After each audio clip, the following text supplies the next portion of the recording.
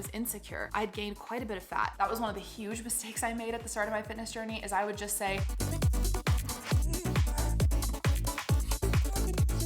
in today's video, we're gonna start or even restart your fitness journey together. This is a video that I honestly really needed to see a couple years ago, back when I was starting my fitness journey. If you've been following my channel, then you would know that I've honestly had a tough couple of weeks in my personal life. I've taken a lot of time off from working out and eating healthy, so in a way, I feel like I am also restarting my own fitness journey. I thought it would be the perfect time to take you through a day in my life, share my workout, healthy recipes, tips. We'll chat about mistakes that I've made in starting my own fitness journey and all of the lessons that I've had to learn the hard way about creating a health and fitness routine that actually sticks and that you will genuinely love. First things first though, I need some pre-workout caffeine. I am so excited because today I'm gonna be making a strawberry matcha. It's a really simple recipe and I'm gonna show you exactly how I make it. So I do have a discount code for Clever to get 15% off of your first order. It's Cadence15. I'll also leave a link in the description, but I'm obsessed with this new honey vanilla flavor. They use organic ceremonial grade matcha. It also has probiotics and adaptogens, so that is just a really nice added bonus, less things that you need to think about in your supplement routine. So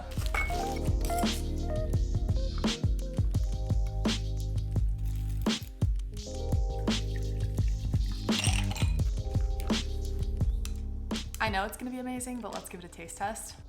That is so incredible. Strawberry matchas and strawberry coffees, I think, are gonna be my new hyperfixation. So let's get right into it with something that I think is so important for starting your health and fitness journey: figuring out what drives and what motivates you. For me, this has evolved so many times throughout my fitness journey. The first really big goal that I had was a physique goal. I wanted to lose weight. I wanted to feel confident in my body. And around here, that's okay. That's fine. We can be honest with ourselves here. It's really important to get clear on what you want and what is gonna motivate and drive you throughout this process. Trust me, you will need something to fall back on the days that you feel unmotivated. That was a big mistake I made. I just lied to myself about what I actually wanted. I set goals that I didn't really care much about. And once I shifted to focus on something I really genuinely cared about and felt driven to achieve, which at that time was physique goals, that's when I was really able to stick to it. I'm really glad that I went through that phase, and I think there's nothing wrong with physique goals because that was also my gateway into health and fitness. I was actually texting my friend Ellie about this the other day, but it is genuinely addicting in a good way to feel healthy and fit, to see and feel those improvements in your fitness. Back a few years ago, I used to see people who were really into health and fitness and really consistent with it and just wonder how they were able to do it because it just seemed so awful, like working out all the time, eating healthy. Once you get started and you really get into it, you just want to keep going. At least that's how I feel. At the beginning especially, but also throughout your whole journey, I just think it's so important to have your why, something to anchor to. So taking a few minutes to figure that out, very helpful and something I wish I had done. Let's chat about a mindset shift that completely changed my outlook on health and fitness. In my first few years of getting into health and fitness, I would hear people say that having a gratitude mindset was so helpful, that it's a privilege to be able to move your body. To tell you the truth, I would roll my eyes at that kind of stuff because I just didn't get it at that point. Okay, this requires a little bit of context and kind of a background story. So a few weeks ago, my grandma passed away. She was so healthy for most of her life. She was 95, and it was really only in the last year or so that she's faced significant health problems. But man, seeing her go through that really changed my mindset on health and fitness. I would wake up and go to the gym, particularly in these last few months as her health declined, and just think, wow, I am so lucky to be here lifting weights, feeling good and healthy, feeling fit. There are so many people around the world dealing with health problems that would kill to work out, eat healthy, move their body. It really is such a privilege, even just to wake up every day. Seriously. I know this is kind of intense for a health and fitness journey video, but to me, it really is that deep. Okay, let's talk about picking a workout program and creating a workout plan. Everyone says that following a program is super helpful. The reason is that it actually is super helpful. I think it really comes down to removing friction. When you don't know what you're gonna do that day at the gym and you have to show up and walk around figuring out what exercises you're gonna do, in what order, how many reps, how many sets, sometimes that extra little bit of friction is enough to just say, screw it, I'm just not even gonna bother today. So I feel like whether you wanna spend some time writing your own program, something to follow, I do have a video on creating your own workout plan, which I'll link up here in case you wanna check that out, or if you wanna buy a program. Obviously, I'm partial to my own workout guide, which I will have linked down below, but whatever it is, it's really worth just getting some kind of structure to follow. I don't jump into any goal that I have in my life without having a plan, and health and fitness is no different. That was one of the huge mistakes I made at the start of my fitness journey, is I would just say, on Monday, I'm getting healthy, and that was it. That was the whole plan.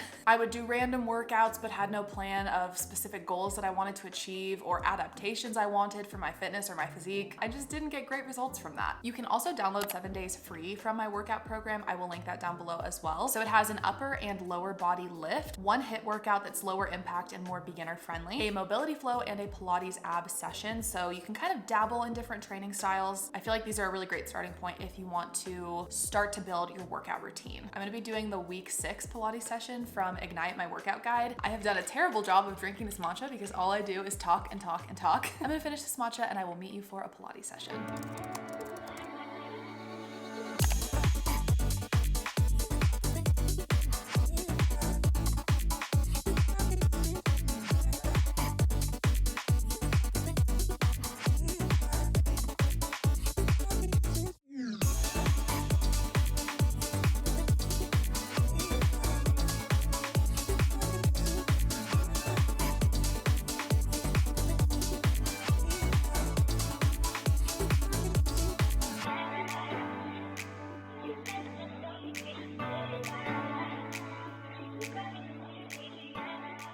That was such a nice workout session, honestly, just a chill vibe. It was exactly what I needed. That brings me to my next tip, which is to find every way possible to make health and fitness genuinely fun and enjoyable. This was maybe the biggest mistake I made at the start of my fitness journey. If your goal is to stay consistent with this over the long term, trust me, just skip the phase where you try and force yourself into things that you hate just because they're optimal. Like today, I just really was not in the mood or the mindset to do a really intense sweaty session, so I opted for something a little bit more chill. And honestly, I didn't even do the full 45 seconds for each movement. I ended up doing a little bit less. It's totally fine. It's all about just building that consistency and kind of meeting yourself where you are. So of course I love trying to make my workout routine as fun as possible, but where I really have fun with it is with my food. So post-workout, I like to always get a little bit of protein and some carbs in to help kind of refuel and rebuild. So this smoothie is gonna be perfect for that. I'm gonna be making a banana cream smoothie. Dad, if you're watching this, I think you'll really like this one. He's obsessed with banana cream pie. Back when I first started eating healthy, I would put foods into categories. I would say graham crackers were unhealthy because they had like added sugar and they were processed or whatever. A banana or a date was healthy because it was minimally processed. While there is a little bit of truth to that, I have had so much more success when I've started adding in unhealthy foods into my diet in moderation. So you'll see in this smoothie, I'm gonna add a little bit of whipped cream on the top. I'm gonna add a little sprinkle of graham cracker in it. It's so worth it to make it taste that much better, make it that much more enjoyable, but still the base of what you're eating is really healthy and nutritious. So how can I enhance and get really good bang for my buck? And it also just makes eating healthy so much more fun. So honestly, I'm getting way too hungry talking about this, so let's go make a smoothie.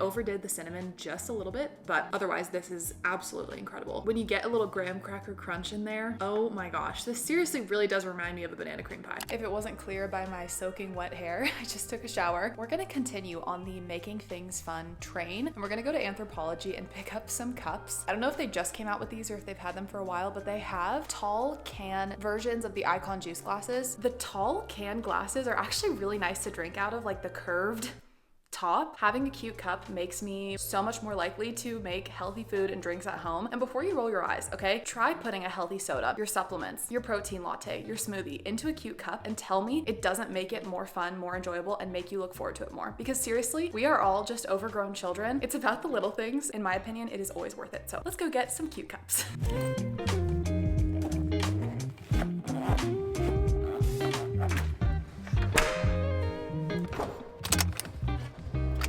Oh, forgot my water.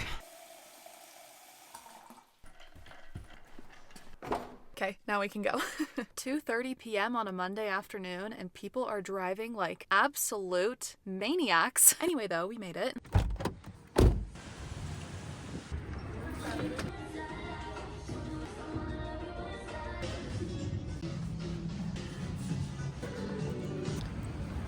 literally just went into the grocery store for one thing. I wanted to get Diet Bundaberg ginger beers. I'm so sad because he would have been so excited if he got home from work today and I had the new glasses from Anthropology and we could put ginger beer in them, but they literally had every other Bundaberg flavor except for the Diet ginger beer. There's nothing wrong with the regular one, it just has a lot of sugar and I feel like the Diet tastes just as good, so why not get the Diet? But anyway, before I show you my cups, I'm starving. I did just have some cheddar popcorn and some Quest protein chips, but wasn't quite enough. I'm gonna make a little Greek yogurt bowl. I think Greek yogurt is one of the health food hacks that I wish I'd known about sooner. For 100 calories, you get a pretty good serving size, 18 grams of protein. I always knew Greek yogurt was healthy, but I didn't realize the macros were so incredible. So that's crazy. Like, that is crazy.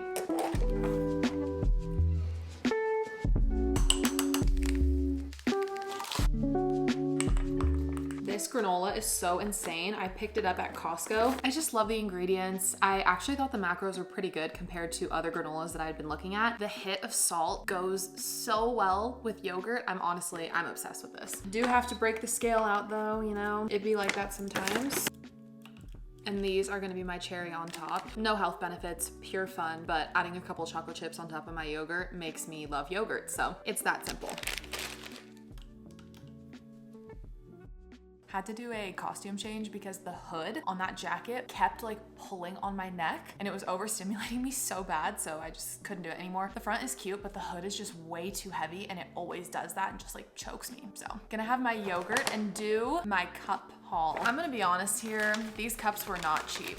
So there's that, but it's okay. You know, health and fitness, which this is like kind of related, not really. I'm trying to make it related so that I feel better about it, but I don't really spend money on much else in my life. Like I never buy clothes or shoes. Not that there's anything wrong with that, but I just spend my money in a few particular areas and it seems that fancy cups happens to be one of those areas. So first one I got was a cute little lemon. Pro tip, when you get these cups, the shapes are added on by hand. Sometimes you get a little bit of a weird looking one that just doesn't look quite right, so you can avoid those if you go into the store. Gorgeous. And then it's got little tennis balls on it. And then the rest of the stuff I can't show you because it's birthday gifts for one of my friends and my friends watch my videos, so no spoilers. I am gonna get into this granola though. That is so good. I cannot believe we've gotten this far into the vlog without talking about probably the number one thing I live my life by, and that is making a plan. I have a plan for everything I've ever done, basically. I probably take it too far, but the truth is it's incredibly helpful to have some kind of plan and structure for any goal that you want to achieve. That's just like goal setting 101, right? I mean, it's 2025. We're not going to be starting our health and fitness journey without having some kind of plan to follow. The really key thing, and the thing that I kind of struggled with a lot at the start of my fitness journey, the plan ideally should be pretty simple because I ended up yo-yoing and starting and restarting, falling off the bandwagon with my health and fitness journey so many times. I would set the bar way too high and set really unachievable goals, and that would just send me down a bad path. When I'm creating a plan for health and fitness goals that I have, I think about the specific goal I want to achieve. So we talked about that earlier in the video, right? Your why, your motivation, what's actually driving you, whether that's a physique goal, maybe you want to be able to lift a certain amount of weight, gain some muscle, whatever your specific goal is, and then breaking that down into the actions you need to take to get there. I know it sounds so simple, but it's easy to fall into this trap. I fell into this so many times of waking up one day and saying, I'm gonna be healthy now. I want to have a health kick, and then kind of wandering aimlessly through your day-to-day, not really knowing what that means. Taking even just 5 minutes to write out the specific habits that you want to implement, what actions you need to take to get where you want to go, makes